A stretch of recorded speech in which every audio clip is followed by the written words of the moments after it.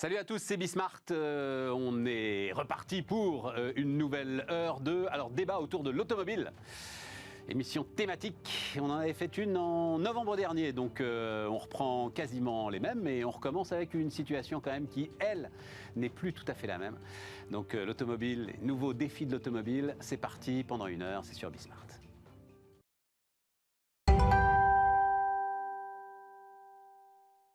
Donc, on prend les mêmes, pas tout à fait. Éric Saint-Frison, salut Éric, consultant automobile. Catherine Leroy, salut Catherine, le journal de l'auto. Et il fallait la sommité du secteur, François Roudier.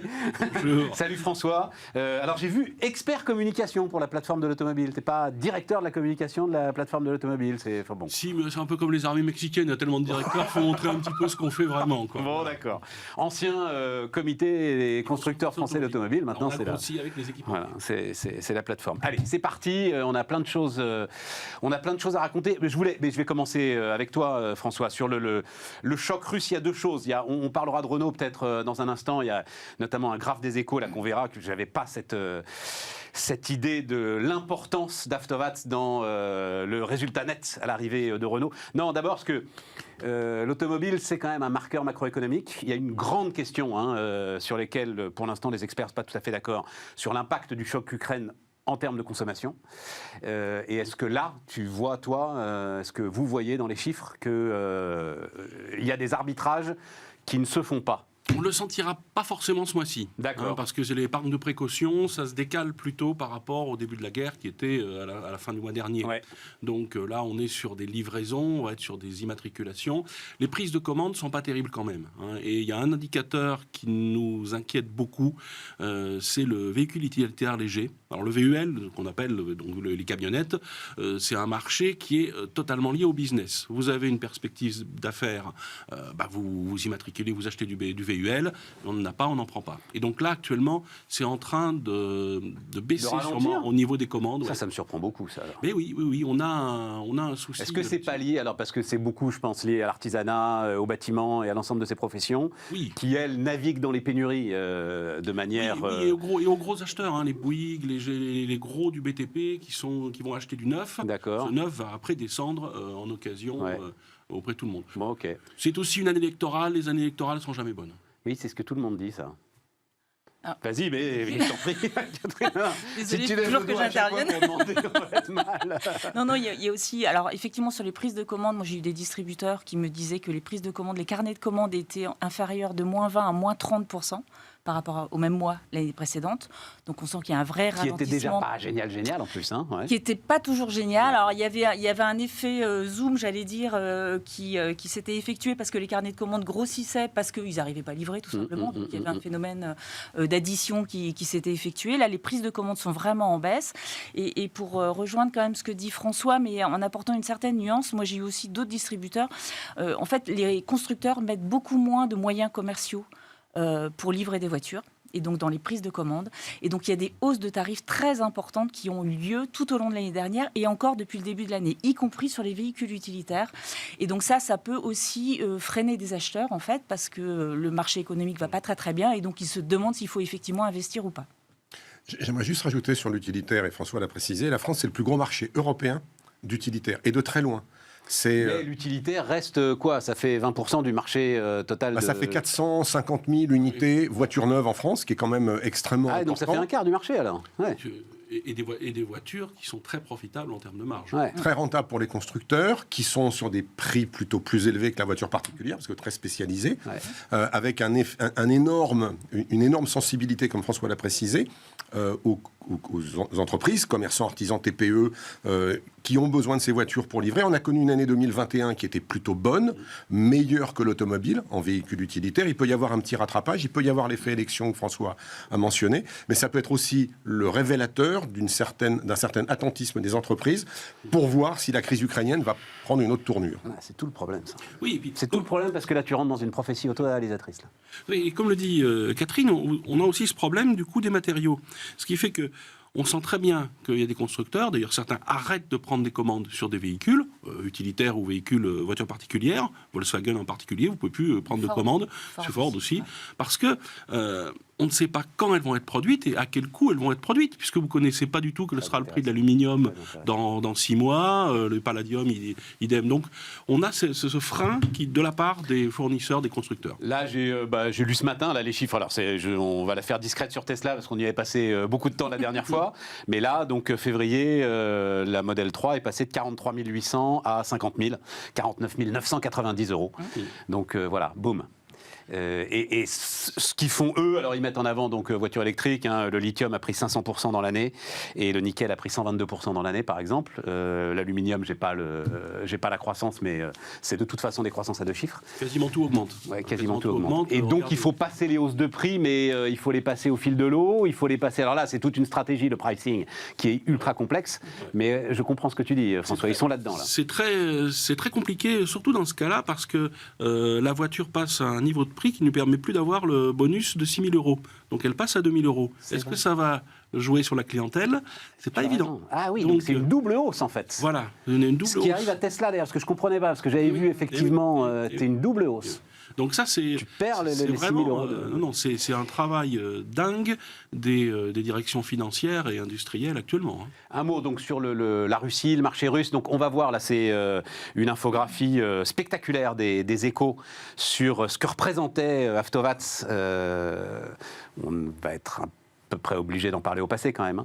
Avtovaz, donc Lada, pour Renault.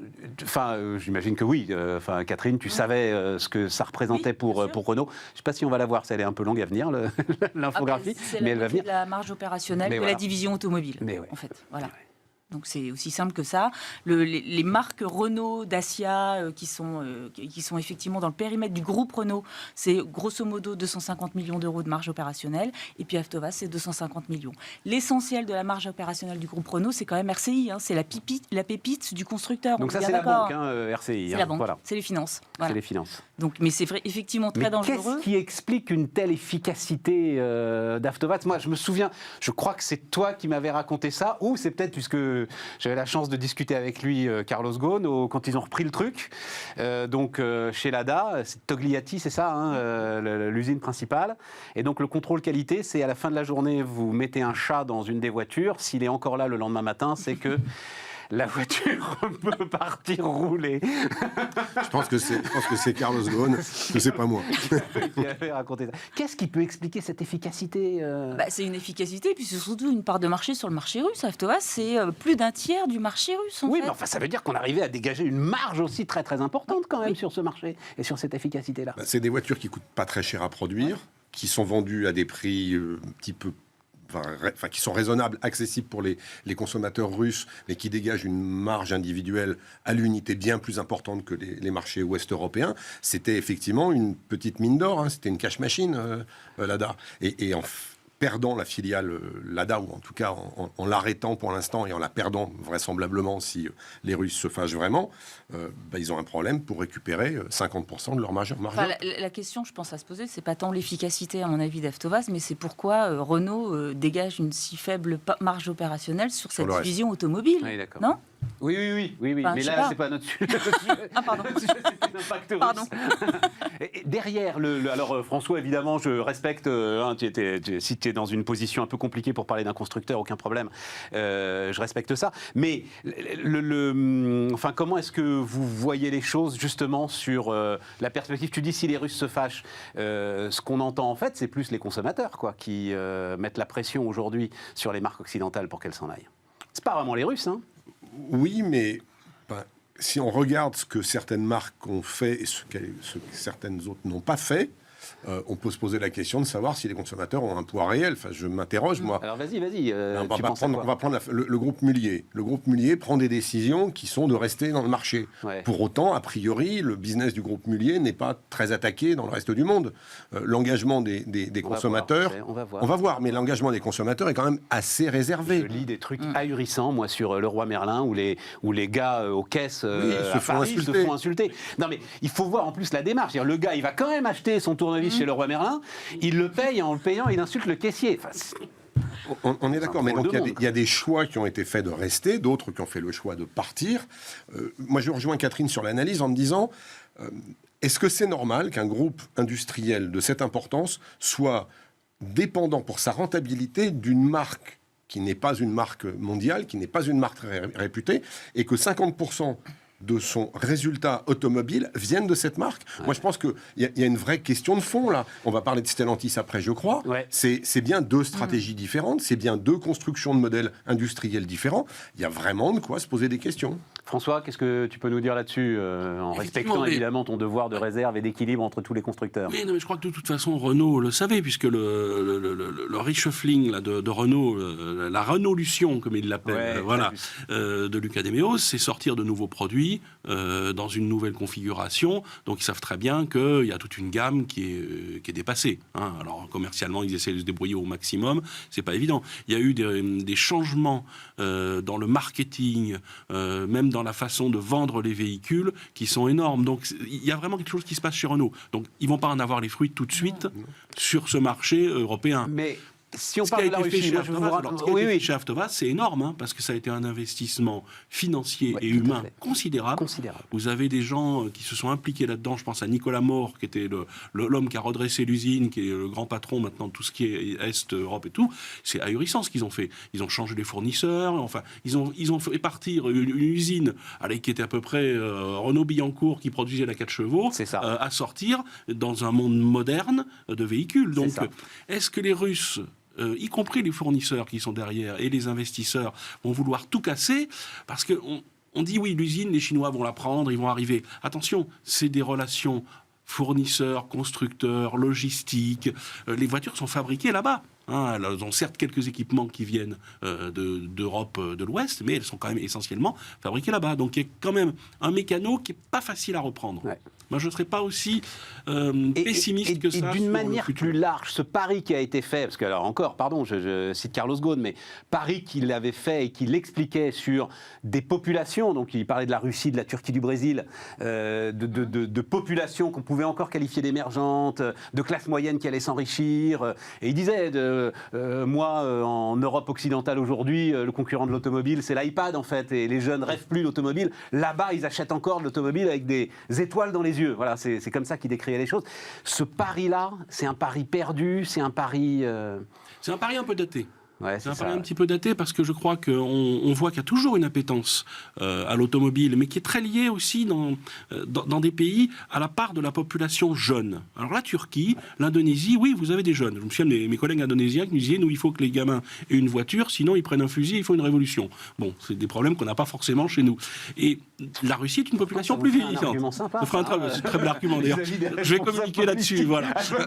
Voilà. Donc on est dans des schémas de pays émergents un petit peu différent. Et ce qui se passe actuellement en Europe, avec l'augmentation du nombre de véhicules par ménage suite au Covid, hein, le Covid, c'est la défaite du transport en commun et la victoire du transport personnel, voiture, deux roues motorisées, vélo. Donc vous avez eu cet achat de véhicules d'occasion qui a siphonné le marché de l'occasion l'année dernière, parce que les ménages maintenant ont 4, 5, 6 voitures. Donc ça, c'était pas prévu. C'était pas prévu. Aux États-Unis, ça l'était déjà, ça va être encore plus. Donc on voit que les poches de croissance de l'automobile peuvent changer par rapport à ce qu'on pensait il y a 15 ans. Moi, j'aime bien casser quelques légendes urbaines. Vas-y, casse. Dont celle de les jeunes n'aiment plus la voiture, les urbains n'aiment plus la voiture.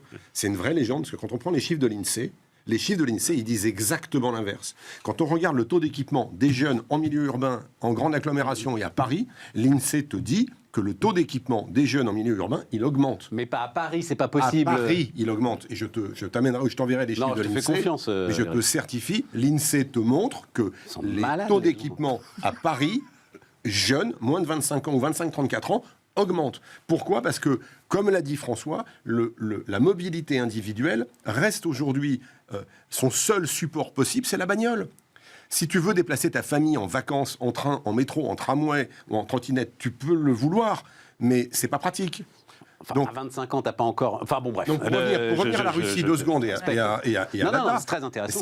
Quand tu regardes le taux d'équipement en Russie pour 1000 habitants, je crois qu'ils doivent être à 150 voitures pour 1000 habitants. Nous sommes à 500. Les Américains sont à 850. Alors, ils n'arriveront jamais à ce niveau-là. Mais la marge de progression pour une marque... C'était ce pari-là. C'était un bon pari. Tu dois avoir le même chiffre au Brésil. Absolument. Voilà. En Chine, on doit être à 200. En Inde, on est à 25. Donc, il y a un nombre de marchés absolument incroyables qui peuvent encore absorber des taux de croissance phénoménaux dans l'automobile. Et le marché russe en faisait partie, avec un volume... Sauf que maintenant, il faut coupler le risque géopolitique.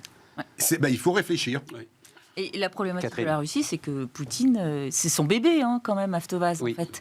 Et c'est lui qui a tout fait, effectivement. Il a accepté que ce soit Renault qui reprenne. Il a accepté, effectivement, mais il a mis son fidèle ami de l'entreprise Rostec, qui détient également un tiers d'Avtovaz. Il a mis cette personne-là au pouvoir. Et donc là, c'est très compliqué, parce que Poutine n'acceptera jamais que Avtovaz partent ou se restreignent ou se contraignent effectivement sur ce marché-là. Donc là, le risque géopolitique est encore plus important avec Avtovaz que dans d'autres pays comme le Brésil ou en Indonésie, par exemple. On a fait le tour des conséquences de l'Ukraine et de la Russie. Pas vraiment, parce que ce qu'on voit avec ce qui se passe en Ukraine, c'est tous les pays de l'Allemagne à l'Europe de l'Est qui construisent des véhicules qui sont affectés.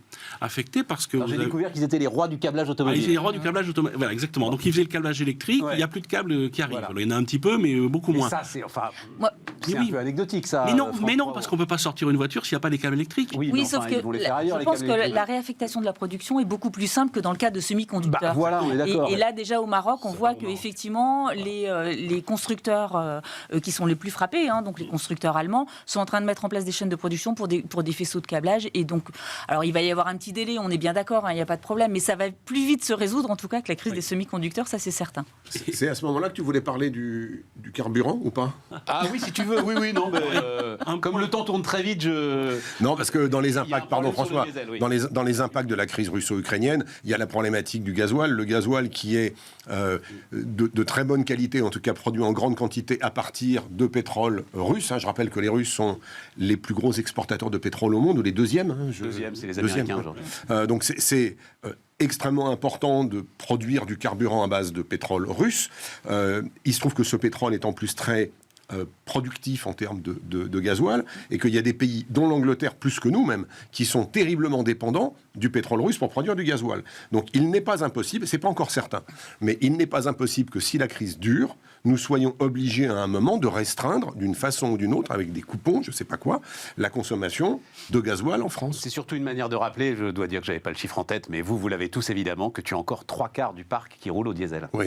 Alors, moi, j'avais 55% moi, du parc. J'ai vérifié avec les derniers chiffres. C'est 3/4 des transports. Des transports, d'accord. C'est 3/4 des transports qui a besoin du diesel. Parce que c'est 100% du transport routier. Ouais, voilà, exactement. Ouais. Mais c'est encore 75% de la consommation de carburant. C'est-à-dire qu'on consomme 3 litres de gasoil pour 1 litre d'essence. Alors qu'on est à 28% à l'échelle mondiale. Mais bon, ça, on sait qu'il y a eu une... On sait d'où ça vient. Voilà, on sait d'où ça vient. On sait d'où ça On vient, sait c'est ce qu'il que y a j'allais eu une dire. politique diesel. Une inquiétude d'approvisionnement. Total dit non. Marjorie dit non. Il n'y a pas d'inquiétude d'approvisionnement. Marjorie dit qu'il pas Marjorie, parce que Marjorie... Pardon. Non, nous a je pensais quittés. avec la Russie, justement. Mais Pouyanné dit qu'il peut basculer la production de gasoil sur le pétrole saoudien. Ce qui est sans doute vrai, mais ça ne se fait pas non plus en claquant les doigts. Mais les effets sont délirants. Vous voyez, on découvre aussi qu'on avait énormément de travailleurs ukrainiens dans les usines d'Europe de l'Est. Et les gars sont partis avec un fusil se battre. Ouais. Donc, du coup, on a des problèmes dans les usines de fabrication en République tchèque, en Pologne, parce que les gars sont pas revenus. Donc, vous voyez, l'imbrication de la fabrication en mondialisation pose un souci lorsqu'on n'a pas de stock. Et là, le problème pour l'Allemagne et ces pays de l'Est de l'Ukraine, c'est que l'Ukraine était à un jour de camion. Ouais, donc il n'y avait pas besoin de faire des stocks. Pas besoin de faire des stocks. Alors que maintenant, on va être forcé de se payer des stocks. Ce qui nous amène, vas-y, Catherine. Toujours sur l'Ukraine, sur les conséquences. Alors moi, je pense qu'effectivement, sur tout ce qui est faisceau de câblage, ça aura un impact assez limité dans le temps. En revanche, il y a une autre problématique que moi j'ai découverte également, c'est que l'Ukraine était le principal producteur du gaz néon. Et ce gaz néon est indispensable pour graver les plaques de semi-conducteurs. Donc, on imaginait sortir de la crise des semi-conducteurs et de la pénurie des semi-conducteurs vers le deuxième semestre 2022. Grosso modo, c'est ce que les constructeurs nous disaient, tout comme les équipementiers. Mais là, c'est une autre pénurie qui vient s'aggraver, j'allais dire, à cette chaîne d'assemblage des semi-conducteurs qui sont aujourd'hui indispensables à l'industrie auto, en fait. Mais tu veux dire que les gars à Taïwan, ils récupèrent du gaz ukrainien pour... Visiblement. Premier producteur au monde de néon, c'est l'Ukraine. Alors, ça nous amène aux chaînes logistiques. Non, parce que je voulais rendre à Eric aussi, donc ça tombe très bien, un hommage à Toyota quand même. Donc, Toyota, premier constructeur mondial, 10,5 millions de véhicules en 2021. Volkswagen est quand même à 8,8 millions. Hein. Donc là, ils ont mis quand même... voilà. Détrône General Motors aux États-Unis. Et donc, ce que je lisais, c'est qu'ils ont un coup d'avance sur la robustesse des chaînes logistiques du fait du tsunami de 2011 et une culture du contrôle, mais très en amont, de l'ensemble de leurs fournisseurs, y compris les fournisseurs des fournisseurs. C'est vrai, ils ont cette culture du contrôle, mais ils ont aussi une culture, je trouve, d'accompagnement de ces fournisseurs, ce que n'ont pas les autres constructeurs, en fait, qui sont encore dans une relation très donneur d'ordre, sous-traitant. Très juste. Et que Toyota, justement, a arrêté cette relation assez malsaine de toute façon et qui entraîne forcément une spirale négative. Et Toyota accompagne et travaille avec ses fournisseurs. C'est complètement différent. Et du coup, les fournisseurs le lui rendent bien aussi. C'est-à-dire que quand il y a moins de composants à fournir, ils vont plutôt fournir celui qui les remercie, qui les traite bien, qui paye à l'heure. Et c'est aussi simple que ça, parfois, en fait. Ça, c'est passionnant, Catherine, parce que c'est une mutation industrielle qu'on est en train de vivre à vitesse accélérée. François, d'accord avec ça ? Oui, c'est un peu historique, parce que souvenez-vous de l'affaire de la pédale d'accélérateur chez Toyota. Ça a été un traumatisme complet dans l'entreprise et un bon cas d'école qui a montré l'inventeur du... Pour ceux qui ne s'en souviennent pas, pédale d'accélérateur qui, en fait, se coinçait sous le tapis de sol et a tué une quinzaine de personnes. Voilà. Je crois tout simplement parce que beaucoup de productions, on change de fournisseur et le nouveau fournisseur fait une erreur. Ouais. Voilà. Il était japonais, en ça remettait en cause tout le système industriel du toyotisme. Ils ont eu le courage, l'intelligence, justement, de reprendre tout leur système et c'est assez brillant, quand même. Mais l'exemple des semi-conducteurs, et Catherine a raison de parler de cette relation entre le constructeur et les fournisseurs, est super intéressant. La quasi-totalité des constructeurs mondiaux, européens et pas que mondiaux, quand la crise Covid est arrivée et que les productions se sont arrêtées, a dit time out, on arrête la prod, donc on arrête les fournisseurs. Sans forme, démerdez-vous, c'est votre problème. Et quand le marché est reparti, ces mêmes constructeurs, tous, collectivement, à part Toyota, en gros, à recontacter ses fournisseurs de semi-conducteurs en disant « ça y est, vous pouvez renvoyer la marchandise ». Et là, les gars, ils ont dit « vous êtes gentils », mais non, parce qu'entre-temps, les fabricants d'ordinateurs, de réfrigérateurs, d'air conditionné, de tout ce qui consomme des puces, avaient continué de s'approvisionner, avaient même accéléré. Et à part Toyota, tout le monde avait fait la même chose. Et cette relation privilégiée entre le constructeur et la plateforme des suppliers, des fournisseurs, elle est juste exceptionnelle.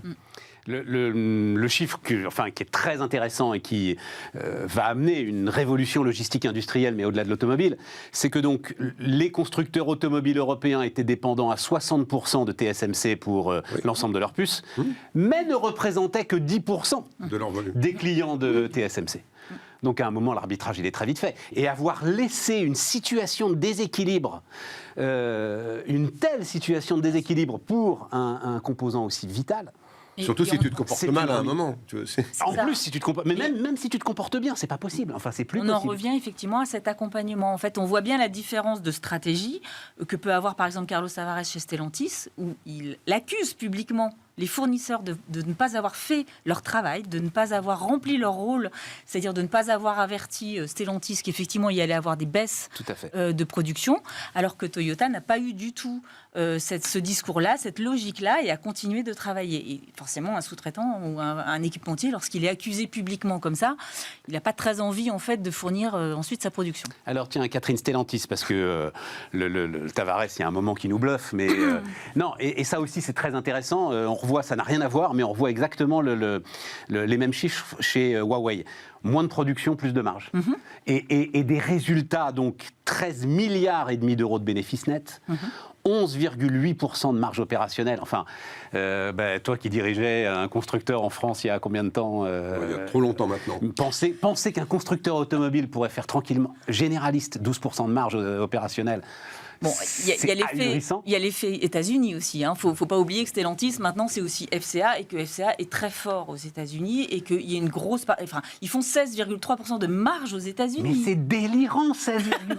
Mais oui, c'est de l'automobile quand même. C'est pas des sacs Vuitton qui font. Et on comprend bien pourquoi ils tenaient tant à cette fusion avec FCA, en fait. Ça, c'est clair. Ouais, ça, c'est clair. Et donc, effectivement, mais tous les constructeurs aujourd'hui ont annoncé en début d'année des marges opérationnelles excellentes. Renault était un petit peu à cas à part parce qu'il sortait d'une situation catastrophique avec 8 milliards de pertes l'année dernière, mais tous les constructeurs avancent cette marge opérationnelle très importante. Mais il faut voir aussi ils ont été très malins aussi, les constructeurs. Moi, je trouve, avec le recul, ils ont affecté la production et donc la vente aux véhicules les plus rentables, les plus chers. Ils ont réduit tous les moyens commerciaux alloués au réseau de distribution, et donc ils ont gagné 7 à 8% de marge directe, automatiquement quand même. C'est comme ça que tu fais une mutation industrielle majeure. Oui, mais ça explique aussi. Alors, tout ça quand même dans un contexte de fusion pas... on a des souvenirs de fusions géantes dans l'automobile qui n'ont pas du tout donné ces résultats-là, François. Ah oui, les fusions dans l'automobile, c'est un cimetière. Si on reprend ça au niveau historique. C'est un cimetière. Donc, mais c'est ça qui est complètement dingue. C'est ce qui est assez intéressant de voir dans le système de Stellantis, de voir les positionnements des gens, quel pays récupère quelque chose. C'est intéressant parce que c'est assez équilibré. Jusqu'à la semaine dernière, on a vu beaucoup de nouveautés sur l'Italie. L'industrie italienne va continuer à survivre avec l'automobile parce que Stellantis garde des billes en Italie. Le poids de l'Amérique est considérable. Je pense même que dans l'automobile, ce poids-là va encore être plus important qu'avant, pour une raison un peu simple, c'est que de toute façon, les niveaux de R&D aux États-Unis vont être considérables, et puis les dépenses de R&D en défense de la DARPA, on sait très bien que ça retombe en pluie sur le civil. Donc on va avoir un comeback des États-Unis dans l'automobile totalement inattendu. Les milliards qui sont investis sur les usines de batterie, c'est énorme. Donc pour matcher ça, on voit bien que l'Europe n'est pas négligée par Stellantis et leur lancement de voitures électriques est assez impressionnant dans toutes leurs marques. D'ailleurs, on voit qu'ils gardent aussi des marques à connotation importante pour des Européens, donc on ne sacrifie pas ces marques-là parce que l'automobile neuve reste un plaisir pour des gens qui l'achètent. Et puis à côté de ça, il y a du travail à faire. Toujours dit, la seule fois où j'ai pu discuter un petit peu avec lui, le rôle des États reste central dans l'industrie automobile et on doit continuer à s'appuyer sur les États. On a tout à gagner quand on est un grand constructeur généraliste à continuer à s'appuyer sur les États. Oui, tout à fait. Et donc il n'est pas question d'insulter l'Italie, surtout une marque comme Fiat, quoi. Pas question. Non, et le savoir-faire de Maserati dans le luxe, Ferrari et no comment, est extrêmement important pour un groupe généraliste qui était PSA. Donc on voit très bien qu'on a un travail très fort actuellement. On voit même d'ailleurs que c'est intéressant parce que dans les dernières annonces potentielles, ça n'a pas été validé, mais on voit que le successeur de l'Opel Insignia et le successeur d'une DS haut de gamme seront à peu près sur la même plateforme et sûrement fait par les mêmes équipes. Donc c'est très économie d'échelle, économie d'échelle, partage de plateforme. Le psychopathe de la performance est bien là, il n'y a pas de problème. Et donc il va chercher, c'est comme ça qu'il se définit lui-même. Non, puis la voiture électrique permet aussi l'électrification de l'automobile permet des partages de plateformes encore plus simples et plus rapides, ce qui n'était pas forcément le cas des plateformes thermiques. Donc il y a un moment favorable à ce partage. Je reprendrai le point de François tout à l'heure sur la complémentarité Europe, États-Unis, Amérique du Sud aussi, parce qu'il y a le double continent, Amérique du Nord, Amérique du Sud. Il y a l'Europe. Il manque une seule brique pour l'instant au schéma pour fonctionner, c'est l'Asie, et la Chine en particulier. Mais si Carlos Tavares réussit un jour à amener une des marques, ou en tout cas un des pôles du groupe en Chine à devenir une marque dominante sur le marché chinois, alors on peut rêver d'un futur extraordinairement brillant, pour la première fois, pour un groupe d'origine française. On entend des fois les managers du CAC 40, trop payés, ils servent à rien. Il prend quand même un truc qui était ruiné. Hein. PSA, c'était ruiné. PSA, moi je me souviens à l'époque, je disais, mais il faut fermer PSA. Il y a trop de capacité de production automobile en Europe, c'est fini. Bam. Moi, ce qui me fascine le plus chez Carlos Tavares, c'est que c'est la première fois qu'on a un patron d'un des groupes automobiles français qui est un pur amoureux de l'automobile. Oui. Il aime la voiture. C'est pas uniquement un type brillant, c'est quelqu'un qui aime profondément la voiture, sa consommation, sa distribution, l'ensemble du concept automobile. C'est la première fois, il y en a peu des patrons au monde qui aiment le produit qu'ils vendent. Je reviens juste. Non, on marque une pause, Catherine. Tu reviens dans une seconde. Oh non.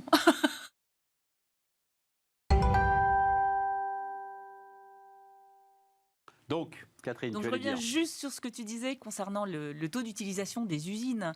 Et il y a un aspect dont on n'a pas parlé qui est quand même essentiel dans les résultats des constructeurs français qui ont été annoncés en début d'année, c'est le chômage partiel. Parce que le taux d'utilisation des usines, en fait, il a été de 60%, grosso modo, ce qui est catastrophique. Ouais. On apprend tous qu'en dessous de 70%, on commence à perdre de l'argent, en fait. C'est bien l'État qui a soutenu les constructeurs et le chômage partiel a largement aussi aidé, en tout cas pour l'Europe, à améliorer cette rentabilité. D'où ce que on disait tout à l'heure. Absolument. Surtout pas se fâcher avec les États. Non, surtout pas dans ce domaine. Ça nous amène à l'électrique. Oui, alors je disais, est-ce qu'il y a, tiens François, est-ce qu'il va y avoir une forme de rébellion là, finalement, un petit peu comme on l'a vu du côté de l'agriculture là. Farm to Fork, on n'en parle plus. Et là, les ambitions de la Commission européenne, donc je redonne le truc, trajectoire proposée par Bruxelles, passe par une réduction en 2030 de 55% des émissions de CO2 des voitures neuves par rapport à 2021. Puis zéro émission totale en 2035. Est-ce que ce qui semblait être une trajectoire tracée d'avance va finalement s'avérer plus complexe? Mais nous, ce qu'on dit à la plateforme automobile, c'est que oui, on a l'objectif, mais conservons ça comme un objectif. Donnons-nous un moment, une clause de revoyure en 2028 pour être sûr de ne pas casser la machine. Le problème n'est pas que constructeur automobile, il est aussi distribution d'électricité et production d'électricité. Ouais. C'est ça le problème du véhicule électrique. Les véhicules électriques que vous voyez sortir, que ce soit les Français ou... ils sont chargés en heure creuse, les véhicules. C'est pas un faux sujet, ça, production d'électricité? Non, mais c'est déjà apporter une borne de recharge là où on doit être. L'équipement. Voilà, l'équipement. Et puis après, oui, effectivement, le réseau doit tenir. Hein. Et pour l'instant, on est vraiment dans un état assez critique au niveau européen. Notre organisation européenne, la CEA, a sorti un rapport qui montre bien qu'il y a des inégalités énormes entre les pays, et même dans nos pays, des pays grands géographiquement comme la France, c'est un vrai problème. C'est ça, et donc ton inquiétude c'est nous forcer, parce que ça revient là, à acheter une voiture qu'on ne pourra pas utiliser parce qu'on n'aura pas les bornes au bon endroit. Et des voitures qui restent très chères. Alors on va y aller ça après sur les voitures. C'est un vrai souci, tout à fait. Même social. Tout à fait. Non, vas-y. Non, je t'en prie. Non, juste sur la technologie en général. C'est-à-dire que les décisions qui sont prises aujourd'hui, qui sont imposées un peu à la hussarde, elles vont avoir des conséquences, à mon avis, bien pires que la guerre russo-ukrainienne. C'est-à-dire que on va annihiler tout un pan de l'industrie européenne, pas que française, hein. La fonderie, le travail des métaux... ça, mon vieux, c'est... D'accord, mais attends. Il n'y a plus de maréchal Ferrand, quoi. Il n'y a plus de maréchal Ferrand, mais j'attends de voir nos chars, par exemple, fonctionner avec des batteries qu'on alimentera ou avec un fil dans une forêt quelque part en Europe centrale, si un jour on doit se remettre sur la figure avec des gens dans la région. Tu ne pourras pas faire marcher tout ce qui roule sur la Terre, l'électricité. Et il y a des pays... pour le char d'assaut. D'accord, mais si tu n'as plus d'industrie de fonderie, si tu n'as plus de gens qui savent faire des moteurs, des pistons, des bielles, des soupapes, comment tu vas faire pour équiper tout un pan de ton industrie qui a besoin de cette technologie? C'est pas possible. Comment tu vas faire demain pour exporter des voitures que tu auras produites éventuellement en Europe vers des pays qui ne sauront pas fonctionner à l'électricité? L'Afrique, une bonne partie de l'Asie ne fonctionnera pas à l'électrique. Donc comment vont faire ces gens-là? Ils vont aller se sourcer là où il y aura des voitures thermiques produites. Elles seront produites où?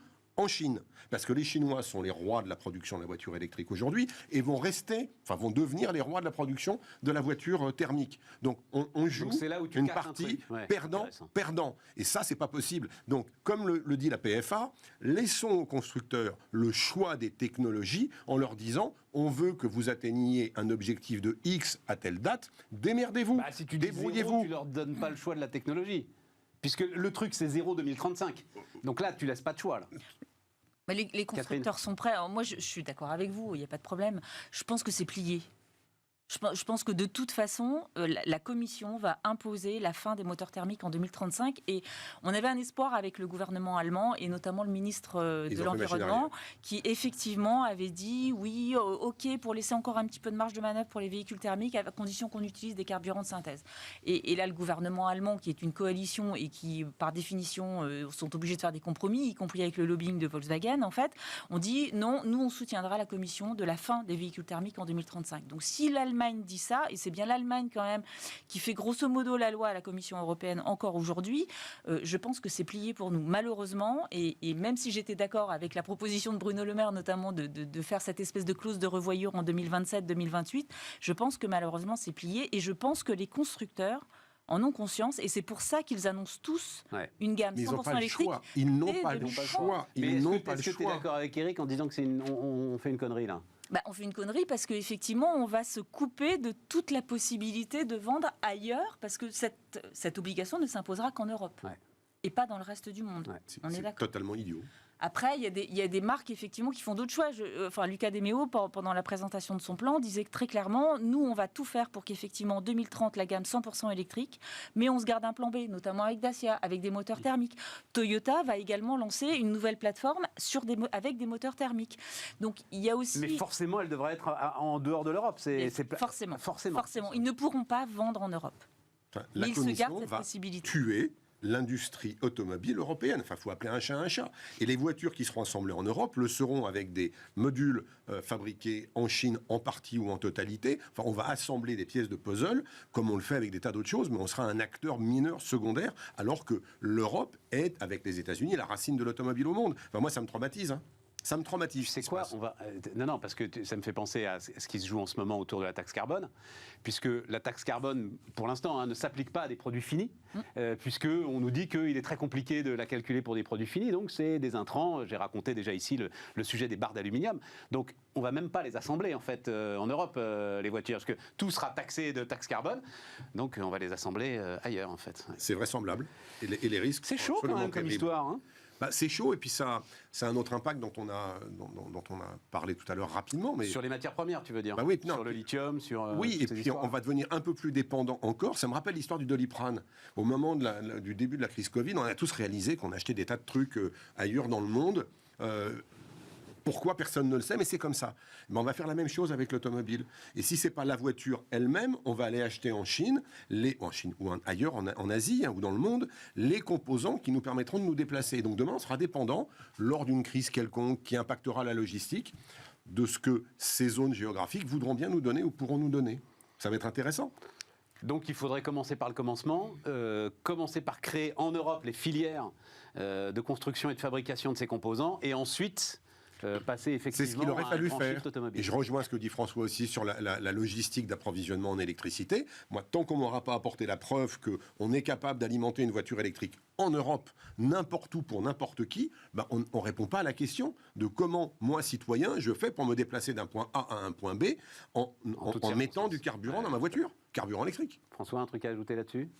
Oui, on le voit par exemple sur ce qui est en train de se faire dans les gigafactories de batteries en Europe. C'est très intégré. C'est-à-dire qu'on voit très bien que derrière la gigafactory et la batterie qui va sortir, il y a tout le réseau des fournisseurs qui se rapproche le plus possible de cette usine. Donc on n'est plus dans un schéma, je dirais, d'il y a 20 ans, où on lançait un modèle et on allait chercher au bout du monde telle chose. Donc on voit déjà qu'il y a un petit changement sur ce point-là. Je rejoins François sur ce point-là, parce que la Commission européenne, et je pense que honnêtement la présidence française du Conseil de l'Union européenne est assez intéressante aujourd'hui, parce que la France pousse énormément à prendre en compte justement toute cette chaîne et toute cette filière. Et dans le règlement batterie qui est en cours de discussion actuellement à la Commission européenne. Ils sont en train d'ajuster et de ne plus réfléchir uniquement avec la taxe carbone aux frontières, en fait, et de prendre toute la chaîne et les émissions, y compris le travail, j'allais dire dans les mines, en fait, tout simplement, les mines de lithium, et on sait bien comment ça peut être produit, en fait, le lithium, le nickel, comment il peut être, et le cobalt peuvent être produits dans certaines mines. Ils sont en train de prendre en compte tout le respect environnemental et le respect du travail également à l'intérieur de ça. Donc, je ne suis pas aussi pessimiste. Je pense qu'il y a des choses qui avancent quand même, il y a des choses qui bougent.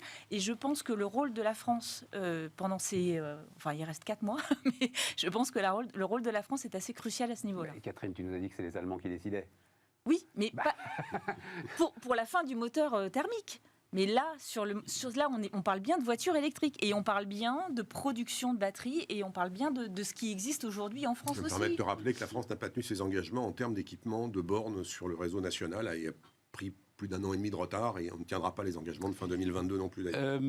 Alors, anecdotique au regard de... Enfin, quoique non, enfin si quand même un peu, mais de ces enjeux que vous venez de décrire.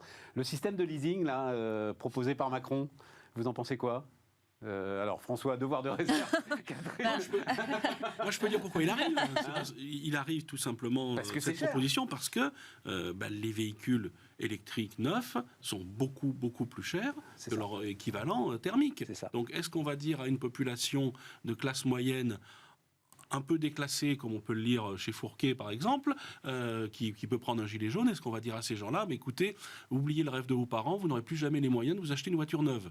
Donc pour répondre à ce problème qui est un problème social et politique, il est normal que le gouvernement s'y attache. Alors il faut avoir un petit peu plus d'informations, parce que pour l'instant c'est effectivement 2 candidats, dont Emmanuel Macron. Ah, c'est qui le deuxième ? Anne Hidalgo. Oui. C'était la première d'ailleurs à l'annoncer, ce leasing social. Elle a eu des tas de bonnes idées, elle. C'est dommage qu'elle ait disparu. No comment.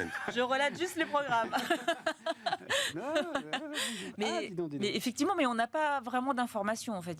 Et les banques, parce que c'est pas l'État qui va faire le leasing social. Bien d'accord. On va demander aux spécialistes du leasing après. Ils vont quand même, ils vont garantir. Il faut quand même qu'il y ait une garantie de l'État quelque part, parce que les établissements financiers vont pas dire ok, votre voiture, vous la paierez que 100 € par mois et puis c'est tout. Le reste, c'est pas grave, c'est pour nous. Ah bah oui, bien on sûr. est bien il y a une d'accord. garantie de l'État. Bien oui, sûr, évidemment. mais on ne sait pas exactement le mécanisme. La question est, est-ce que ce sera une garantie ou est-ce qu'il sera même propriétaire de la voiture ? Voilà. Pour l'instant, il nous manque quand même pas mal d'informations. Il vaut mieux qu'il soit une garantie quand même. C'est ça, exactement. Mais effectivement, si on se dit... alors après, tout dépend à quel ménage on s'adresse. Emmanuel Macron, il y avait des premières informations qui filtraient, disons que ce seraient les jeunes qui seraient concernés, certaines sous conditions de ressources. Dans sa conférence de presse, il a dit sous conditions de ressources. Alors il faut voir le niveau de ressources, effectivement, mais 100 € par mois pour quelqu'un... Sous conditions de ressources et d'éloignement kilométrique du lieu de travail, l'idée étant que le tarif mensuel reste inférieur aux frais actuels de carburant plus entretien. Ça va être facile à gérer, ça. Mais enfin, c'est pas une mauvaise idée quand même. Ah non, c'est une excellente idée, mais il y a une question derrière qui est le qui paye. Un truc dont on a peu parlé entre, 100% etc. C'est autour des PGE. Les Anglais ont une petite enveloppe de PGE qui était, elle, garantie à 100%. D'accord. Donc pas distribuée par les banques. 5 milliards de livres de fraude sur cette partie pas distribuée par les banques. Ce qui montre qu'effectivement, passer quand même par le truchement d'un professionnel, même si tu garantis une grande partie de la valeur du truc, est quand même utile. Vas-y. Si on parle de professionnels, et Catherine en parlait, pour prêter de l'argent, il y a des gens dont c'est le métier, ça s'appelle des banques ou des établissements financiers. Ils seront ravis de le faire, je peux déjà te le dire, j'en ai parlé un petit peu avec eux. Je travaille un peu avec eux, ils seront ravis de le faire. La question qui se pose, c'est qui va payer ? Est-ce que ça va être l'État? Est-ce que ça va être le constructeur? Est-ce que ça va être le distributeur? Est-ce que ça va être le client? Mais il y a des intérêts à payer. L'argent recoute un peu plus cher aujourd'hui. Donc, comment va-t-on monter un modèle de leasing d'accessibilité qui soit accessible au final? C'est compliqué à faire, ça? C'est pas très compliqué. Non, c'est une question de qui paye. Tu répartis chacun à y gagner un peu aussi. On rappelle que la Société Générale, en l'occurrence une banque, est aujourd'hui le premier loueur européen. Oui. Bon. Ah non, il y a moyen de discuter, là. Techniquement, ça n'est pas difficile. Oui, RCI, dont on parlait tout à l'heure, a toutes les capacités, le savoir-faire de financer une forme d'accessibilité à la voiture électrique. Mais qui paye? Est-ce que c'est le client, est-ce que c'est le distributeur, le constructeur, l'État? Personne ne sait. Voilà, donc il y a un arbitrage qui n'a pas été fait. On annonce quelque chose et puis après, débrouillez-vous avec. C'est sympa, mais c'est pas gagné. Ça, c'est le point numéro 1. Le point numéro 2, c'est ça va tellement vite, l'augmentation du prix des voitures. Ça va tellement vite. Je rappelle un chiffre. 2010, le prix moyen d'une voiture neuve en France, 20 000 euros, pour faire simple, un petit peu en dessous. Prix moyen d'une voiture neuve l'année dernière, 27 000. Oui, 27 000. 20 000, 27 000 en 11 ans. Et ça continue d'augmenter et ça accélère. Ah, ça va accélérer, là, Donc, tout ce qu'on vient de dire. Donc le leasing d'accessibilité à la voiture électrique, oui, mais sur des voitures qui ont un prix moyen qui est de plus en plus élevé, avec des aides locales qui sont en baisse elles-mêmes. Donc ce qu'on avait d'un côté qui était une hausse des prix des voitures, une hausse des aides locales, régionales, de la ville, ce que vous voulez, de l'État, tout ça est en train de se réduire. Et on n'a personne pour financer le fameux leasing d'accessibilité. Ah ben si, c'est l'État qui va le financer, évidemment. Alors après, sans doute, les loueurs trouveront un intérêt à découvrir une nouvelle clientèle, etc. Je me rappelle certains candidats présidents de la République qui dépensent de l'argent qu'ils n'ont pas. Là. Ah oui, mais là, mon vieux, t'es quand même sur un sujet dont il faut sortir à un moment ou à un autre, tu vois. Donc, laissons aux constructeurs la solution pour atteindre des objectifs de neutralité carbone en utilisant des techniques qui permettent d'avoir des voitures qui restent plus accessibles. Enfin, derrière le... Mais ça, alors ça, pour le coup, c'est un vœu pieux. Autant le leasing, je pense que ça peut se fabriquer. On leur a pas posé la question. Et si tu leur poses pas la question, tu le vois même toi-même dans les chiffres que tu viens de nous donner. Ça ne cesse d'augmenter. Mais ça cesse d'augmenter à cause des normes. À cause des normes Euro 4, Euro 5, Euro 6, A, B, C, Euro 7 qui va arriver, François, en 2000, personne ne sait exactement, jamais. Parce que c'est flou. Donc en fonction des normes qui évoluent, un matin, quelqu'un à Bruxelles se réveille en disant tiens, on va faire ça, ça suffit. Les ZFE, les zones, non pas à forte... faible émission. Non, zones à forte exclusion, qui est la nouvelle façon de les aborder. Je rappelle, étude super intéressante de la superposition quasi exacte des vignettes critères. Donc les vignettes critères qui t'excluent de la circulation en ville et des zones urbaines où vivent les gens qui ont le moins de ressources. C'est-à-dire qu'en mettant en place les ZFE, tu vas exclure de la circulation urbaine les gens qui n'ont pas d'argent. Bonne chance au ministre de l'Intérieur. C'est 9 millions de voitures.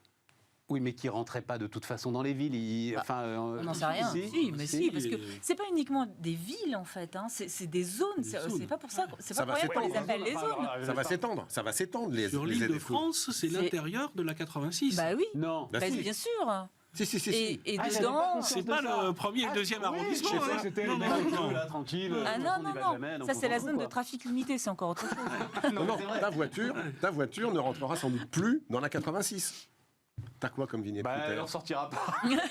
Parce qu'elle y est, donc elle n'en sortira pas. Non, mais le problème, il est bien là. Et le leasing social, il arrive aussi au bon moment. C'est-à-dire que là, les gens commencent à s'apercevoir que les ZFE vont arriver un jour. Parce que personne n'était au courant, personne n'en parlait. Non. Enfin bon, il y a des zones, effectivement, il y a des villes et des agglomérations qui avaient décidé de repousser un petit peu la mise en place parce qu'ils sentaient bien qu'il y avait un mécontentement. Et bon, il y a des élections, il faut quand même faire attention là. Donc on va attendre un petit peu après. Mais c'est 9 millions, si on prend les vignettes critères 3, 4, 5, qui seront exclus, ces ZFE, 9 millions de voitures qui ne pourront plus intégrer ces zones. 25% du parc roulant. Un Français sur 4 à qui tu vas dire tu restes chez toi avec ta poubelle. Tu peux rouler à la campagne, aller polluer les champs. Et c'est 45 zones en France. Dont des artisans, beaucoup de camionnettes, beaucoup d'utilitaires. Oui, mais enfin, on ne peut pas... À un moment, il faut agir aussi. Tu comprends ? Le sujet, c'est qu'il y a toujours de très très bonnes raisons pour ne rien faire. Il n'y a jamais eu autant, en fait, de changements dans l'automobile qu'en ce moment. Ouais. Et mettre tout en même temps, est-ce une bonne idée ? Non. Est-ce qu'il aurait été plus sage de planifier, d'organiser, d'anticiper, avant de mettre des ZFE, d'installer un réseau d'alimentation de voitures électriques qui n'existe pas aujourd'hui ? On est à la rue, en France et en Europe. À la rue, malgré ce qu'on nous raconte. Va en Corse, roule en voiture électrique en Corse. Bonne chance, va dans les Alpes.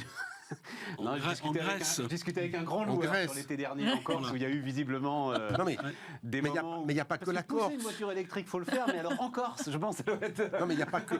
Il y a tellement d'endroits comme ça. 25% des bornes électriques d'Europe sont dans un seul pays qui fait 2% de la surface de l'Europe, c'est les Pays-Bas. 25% dans 2% de la surface. On a un problème entre la France, l'Angleterre, les Pays-Bas France, Angleterre, Allemagne, Pays-Bas, on a en gros 90% des bornes en Europe. Et donc on ne sort pas de ces pays-là avec une voiture électrique ? La CEA, justement, démontrait qu'il fallait l'installation de 14 000 bornes par semaine si on voulait répondre aux besoins du marché du véhicule électrique. Et alors, je sais pas, tu me dis On 14 en est 000, où tu m'aurais dit On en est où, 150 000, François j'ai pas d'idée, moi. Oui, c'est quoi le rythme aujourd'hui? Quelques centaines, et puis tout ça, voilà, c'est totalement déséquilibré. Donc le Hollandais qui veut aller passer ses vacances en Grèce ou en Espagne, bonne chance. Hein. Ouais, c'est ça. Sur la fin, il faut pousser la bagnole. Voilà. Donc bon, on est, comme le dit Eric, on est dans un changement, mais un changement total. Et ce qui fait défaut actuellement pour l'arrivée de ces voitures électriques, c'est que contrairement à la voiture qu'on a toujours connue, il n'y a pas de marché de l'occasion. Le marché de l'occasion est rikiki, parce que de toute façon, on est en train de créer un nouveau marché. Donc, tout notre système qui fonctionnait d'une façon sociale assez équilibrée, avec au départ les gens très riches qui pouvaient s'acheter des voitures, et puis les 30 glorieuses où ces véhicules retombaient après jusqu'au dernier, au gamin qui va jamais s'acheter une voiture neuve, sauf si c'est un gosse de riche de certains quartiers. Et tout ce système-là est en train... Voilà, tout ce système-là n'existe pas. Donc, du coup, on a à la fois un changement sur les techniques, sur la distribution, avec tous les systèmes d'Internet qui arrivent, et sur l'usage de l'automobile. Tout en même temps, c'est un sacré challenge. On rajoute les problématiques industrielles dont on a parlé avant, de logistique, il n'y en a jamais eu autant. Ouais. Jamais eu autant. Et derrière aussi un facteur très très important dans le monde de l'automobile, c'est beaucoup d'inconnus sur la valeur résiduelle de ces véhicules. De ces véhicules électriques. Or, c'est pas à toi de le dire, Eric, c'était l'obsession de chaque patron d'une marque. Quelle sera la valeur résiduelle de la voiture ? Oui, mais on commence à en savoir un petit peu plus. Là, les Zoé, elles roulent depuis 10 ans maintenant, donc ils commencent à y... Non ? Ben non, on ne sait pas exactement quelle est la valeur résiduelle d'une voiture, parce que la technologie évolue tellement vite. Ouais, c'est aussi le contrepoint de l'évolution rapide de la techno. Quand on te dit aujourd'hui, est-ce que les batteries, dans 5 ou 10 ans, elles seront souples, rigides, d'un format A, B ou C, qu'est-ce que vaut ta voiture si elle n'est plus de la bonne technologie ? Qu'est-ce que vaut ta batterie si, au moment où tu es sur le marché, tu as 800 km d'autonomie dans la voiture électrique standard, et toi tu fais 300 quand il fait un temps normal, à plat, sans vent, sans clim, sans chauffage, phare éteint, en pleine. Je parle d'expérience. Avec 2-3 rennes devant pour tirer au cas où. Quoi. On a tout dit, les amis, parce qu'on est au bout. Catherine, encore un point qu'on aurait oublié. Tu voulais pas évoquer la Tech Company ? Non. Bah oui, la Tech Company, c'était Tavares, ça, voilà. Oui. Et alors, ça t'inspire, la Tech Company ? C'est tous les constructeurs, en fait. Tous les constructeurs, c'est ça. C'est tous les constructeurs. Voilà. Et moi, je suis assez impressionnée des chiffres qui sont apportés par les constructeurs sur ce sujet. Tavares dit qu'il va retirer 20 milliards d'euros de chiffre d'affaires en 2030 de la data. Ouais. Ça coûte rien de dire ça. Hein. Je sais pas. Oui, j'ai vu ce chiffre.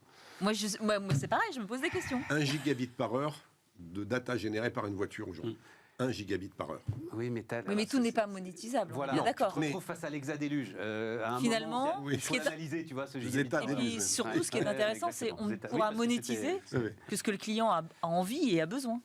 Bon, les amis, j'étais ravi. Merci d'être venus nous voir. Et puis, on se retrouve. On se retrouve dans quelques mois pour continuer à faire le point sur ce secteur absolument passionnant. À demain sur Bismart.